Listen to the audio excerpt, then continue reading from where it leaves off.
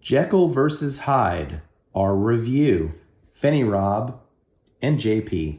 Now, I included a how to play portion, a quick overview of how to play the game at the beginning of one of our playthrough videos. So I'm going to go ahead and put a link to that up here so you can see it if you want to. Assuming you're still here or you have returned from the how to play video, let's talk about this, JP. So there's not too many two-player trick-taking games out there. The one I know, there's Fox in the Forest. Fox in the Forest I don't know if I've played that one. Is a two-player game that's a much less dark theme than this is. In this game, Dr. Jekyll is trying not to go mad, and Mr. Hyde is trying to encourage Dr. Jekyll to, in fact, go mad over three rounds. When we played the game, it seemed that it is supposedly more difficult to beat Dr. Jekyll, and I would have to agree that there's a little bit more to think about there. Yeah. But you still have to think about it. The one interesting wrinkle for this game to me is the whole Mr. Hyde not caring whether he wins them all or loses them all. It gives you two outs to really aggressively go after different play styles. Right. You definitely want one player. You just want a big difference. To have a big difference if you are Mr. Hyde. And so I guess having that sort of, being able to look at your hand and have that known information and to a certain extent make your call pretty early. It's a little more free. As opposed to freeing, right? Yeah, as opposed to the Dr. Jekyll side where you have to watch the first couple of hands play. Like you may play to win the first couple of hands and then realize, oh no. Right. He wants me to win out and have to adjust mid-go. Yeah. That does make it a little bit harder, I would say, yeah. I like the tension in this game for a trick-taking game is really, I think, done well here for two players because of the difference moving it's almost like not really a tug of war. Right. It's like I'm just trying to hold it down. Yeah. And you're just trying to tug. I mean, I think that's a little bit stressful. Yeah. Yeah. And also the potions having these special effects, that can be the thing that salvages it for either person who feels like they're behind in a given round. Because, if one person's trying to win out and all of a sudden you use a red potion and that changes the power order for the suits. Yeah. You can all of a sudden go from, I've got the, 5, 6, 7 of red. Well, that gets shifted to be the least valuable one.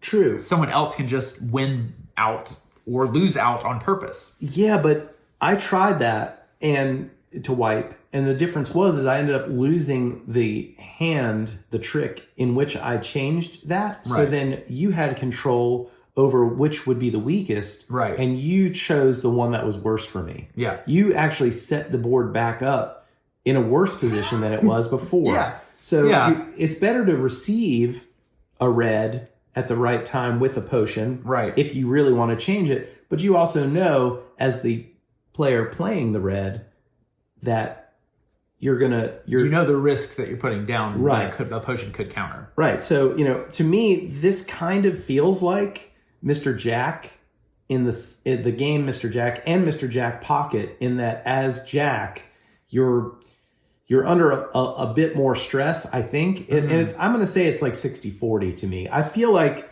Yeah, I don't think it's like...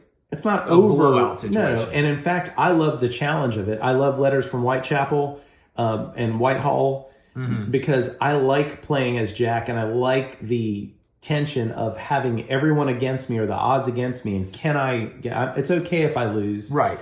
I want the challenge, because when I win once out of every however many times, it feels so good. It's like hitting a golf ball, they say. I don't play golf. Yeah, so no clue. Right, but I mean, I've played it enough to know that occasionally you hit a great shot and it's like, man, I can do this. It feels great. And the rest of the time, you're horrible. That's kind of how I feel here, except here I have a little bit more control. Right.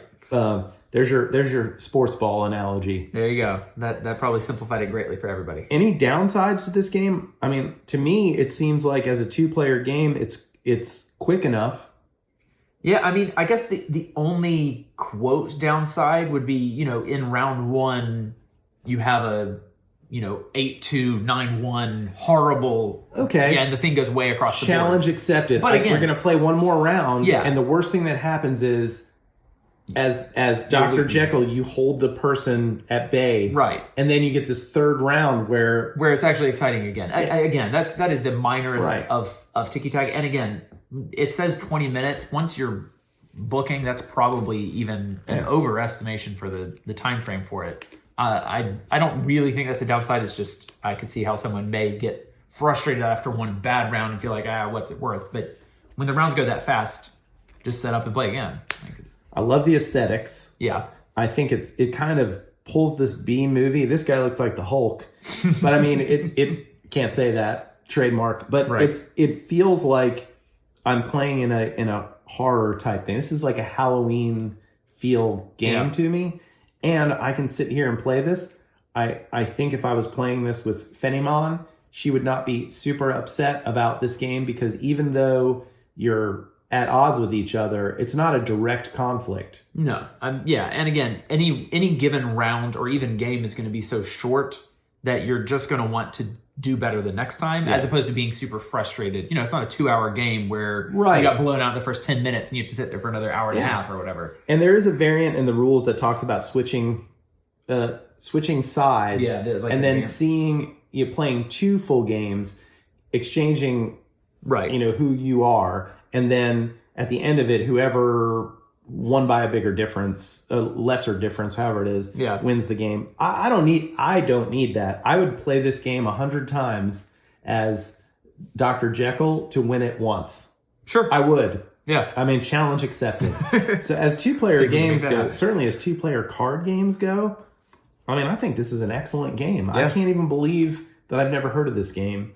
I mean, I think it's top notch. And if you like Mr. Jack or Mr. Jack Pocket, it's a no-brainer to me. And I'm assuming I've played Fox in the Forest. It was fun, and I liked it. It's interesting anytime I can get a 2-player trick-taking game going. But this to me seems like it's a battle. It's the versus is huge. Yeah, I think this is going to be the perfect kind of game especially for like a couple or something like that, where one person is looking for a lighter weight game and one person needs a little bit more meat on the game. Right. I feel like this is a great compromise, because there's enough going on here that a complicated gamer is going to feel like there's a lot of important decisions and strategy to it, but the mechanics are very palatable to teach somebody pretty quickly. No, I think you're right about that. And if you like trick-taking games at all, I think it really captures the feel of the suits, which are more powerful. That's a really cool mechanic that you can wipe it and start back up again. Yeah. And I think it's very interesting. I think this is an excellent game, and I think you should definitely check it out. Also, I got to say, this is one of the heaviest pieces. Oh, yeah. It's got some heft to it. All of the production value is weighted in this piece right here. It's magnificent. I want a giant one of these to put on the mantle. There you go. So there's Jekyll versus Hyde. Those are our thoughts. Thank you for watching. Go ahead and check out our playthroughs of this. There'll be links to these at the end of the video. Give this a thumbs up if you would, and subscribe to the channel.